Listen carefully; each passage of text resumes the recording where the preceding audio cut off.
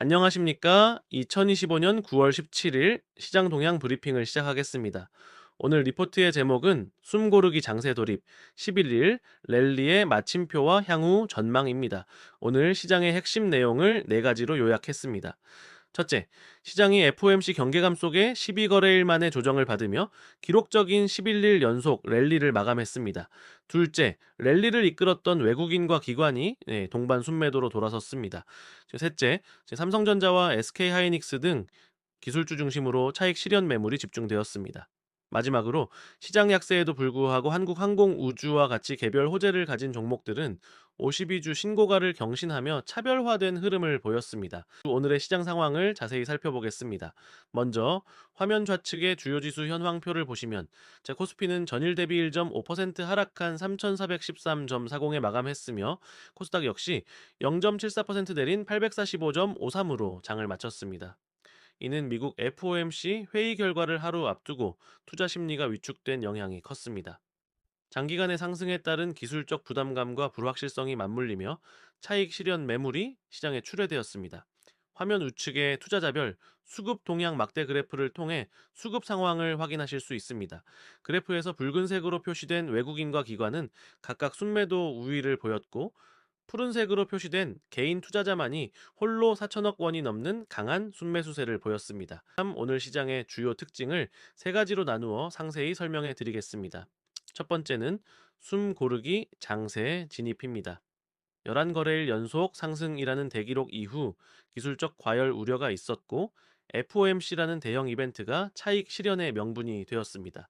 두 번째는 수급 구조의 완전한 역전입니다. 9월 들어 6조 원 이상 순매수하며 랠리를 주도했던 외국인이 매도세로 돌아서며 시장 분위기가 급변했고 기관 역시 매도에 동참했습니다. 반면 개인은 이를 저가 매수의 기회로 활용했습니다.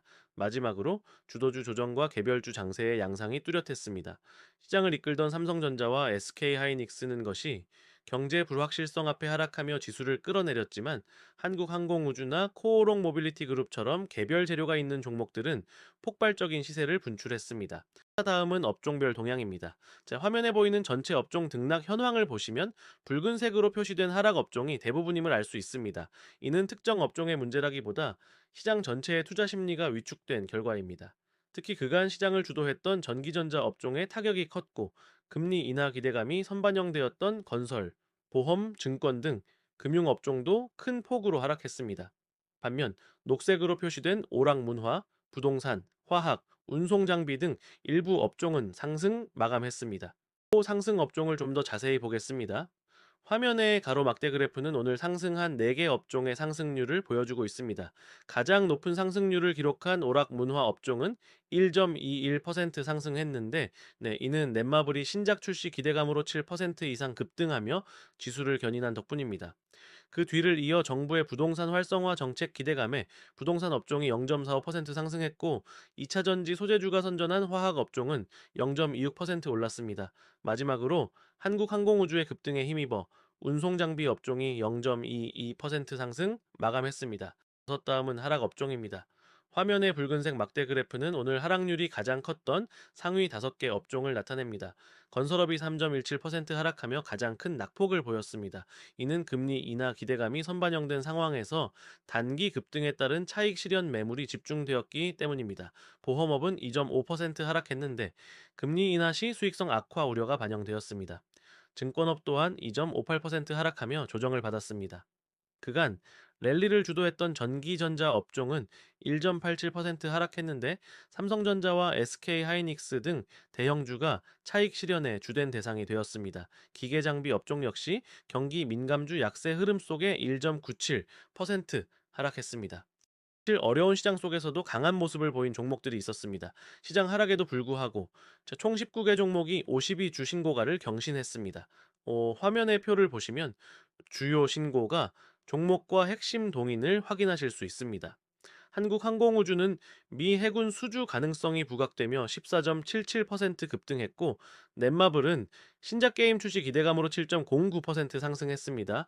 빌리언스는 유상증자 성공 기대감에 8.45% 올랐으며, MD바이스는 중국 정책 수혜주로 부각되며 6.99% 상승했습니다. 이 외에도 와이즈버즈와 온코닉 테라퓨틱스 등이 20%가 넘는 급등세를 보였습니다. 이처럼 시장의 약세 속에서도 개별 모멘텀이 강한 종목들은 독자적인 흐름을 보였으며, 이는 향후 투자 전략에서 종목별 접근의 중요성이 더욱 커질 것임을 시사합니다. 첫 번째 상세 분석 종목은 한국항공우주입니다. 화면 중앙에 보이는 TE50 고등 훈령이 사진이 바로 오늘 주가 급등의 핵심입니다. 카이의 T-50 훈련기가 미 해군 차세대 고등 훈령이 사업의 유력 후보로 거론되면서 강력한 매수세가 유입되었습니다. 우측의 주가 그래프를 보시면 최근 며칠간 가파른 상승세를 보이다 오늘 68,500원까지 치솟으며 52주 신고가를 기록한 것을 확인할 수 있습니다. 미 해군 사업은 약 1.5조 원 이상의 대형 프로젝트로 카이의 연간 매출 절반에 해당하는 규모입니다. 이는 단순한 수주를 넘어 미국 시장 본격 진출의 교두보가 될 수 있다는 점에서 장기적인 성장 동력으로 평가받고 있습니다. 두 번째 종목은 엔터테인먼트 기업 빌리언스입니다. 화면의 주가 그래프에서 보시다시피 빌리언스는 최근 7일간 꾸준한 우상향 흐름을 보이며 오늘 11,850원으로 52주 신고가를 경신했습니다. 주가 상승의 핵심 동력은 유상증자 성공입니다. 진행 중인 유상증자 과정에서 주가가 급등하면서 최종 발행가액이 상향 조정되었고, 덕분에 당초 계획했던 75억 원보다 많은 105억 원의 자금을 확보하게 되었습니다. 이렇게 확보된 자금은 신규 앨범 및 공연 제작에 투입될 예정으로 주가 상승이 자금 조달 성공으로 이어지는 선순환 구조를 만들었다는 점에서 긍정적인 평가를 받고 있습니다. 13번째 종목은 넷마블입니다. 화면 중앙에는 내일 출시될 신작 세븐나이츠 리버스의 플레이 화면이 보입니다. 바로 이 신작에 대한 기대감이 오늘 주가를 7% 이상 끌어올렸습니다. 주가 그래프를 보시면 오늘 급등하며 93,200원으로 신고가를 기록했습니다. 원작 세븐나이츠크는 누적 다운로드 6천만 건을 기록한 넷마블의 대표 IP로 후속작 역시 흥행 가능성이 높게 점쳐지고 있습니다. 특히 이번 신작은 최근 부진했던 넷마블의 실적을 개선할 핵심 타이틀로 기대를 모으고 있습니다. 마지막으로 살펴볼 종목은 MD바이스입니다. MD바이스는 7거래일 연속 상승이라는 강력한 랠리를 펼치며 오늘 24,500원으로 52주 신고가를 달성했습니다. 주가 상승의 배경에는 중국의 국가 전략인 동수서산 정책이 있습니다.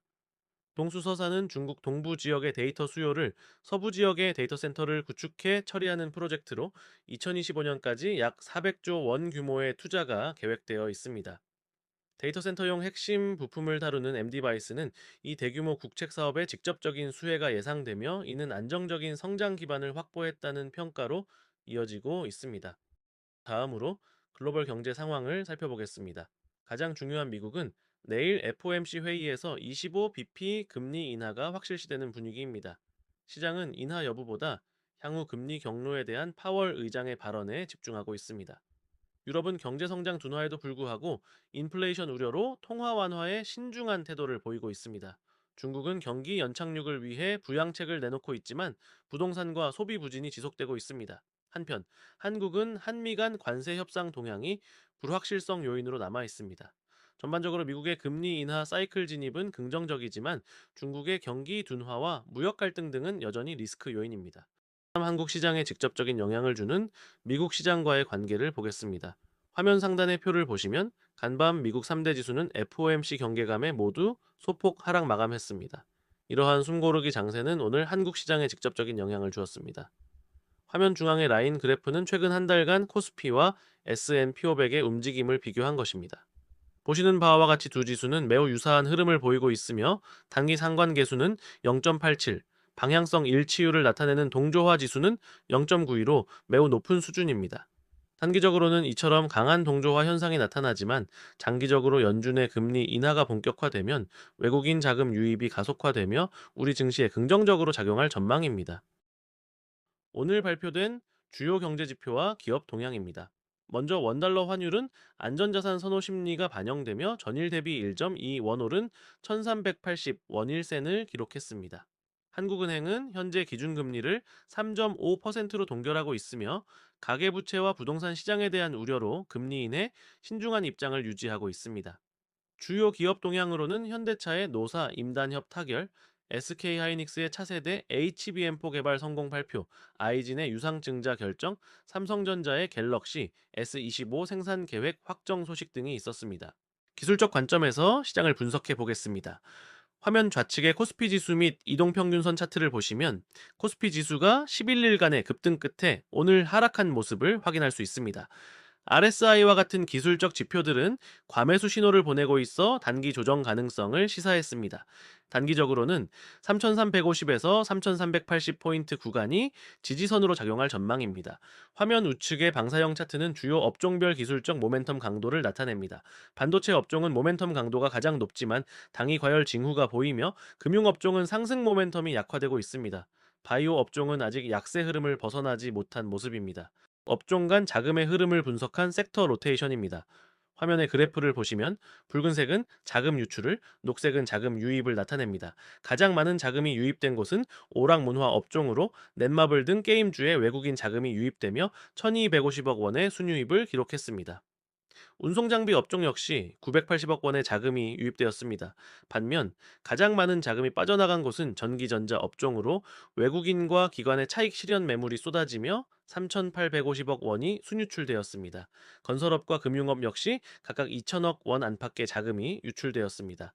이러한 흐름은 금리 인하 기대감이 선반영된 업종에서 실적 개선이 기대되는 내수주 중심으로 자금이 이동하는 전형적인 섹터 로테이션 패턴을 보여줍니다. 향후 시장에 영향을 미칠 주요 이벤트입니다.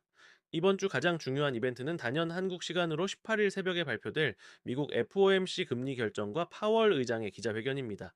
국내에서는 같은 날 넷마블의 신작주 세븐나이츠 리버스가 출시되고 19일에는 기획재정부의 경제정책 방향 발표가 예정되어 있습니다.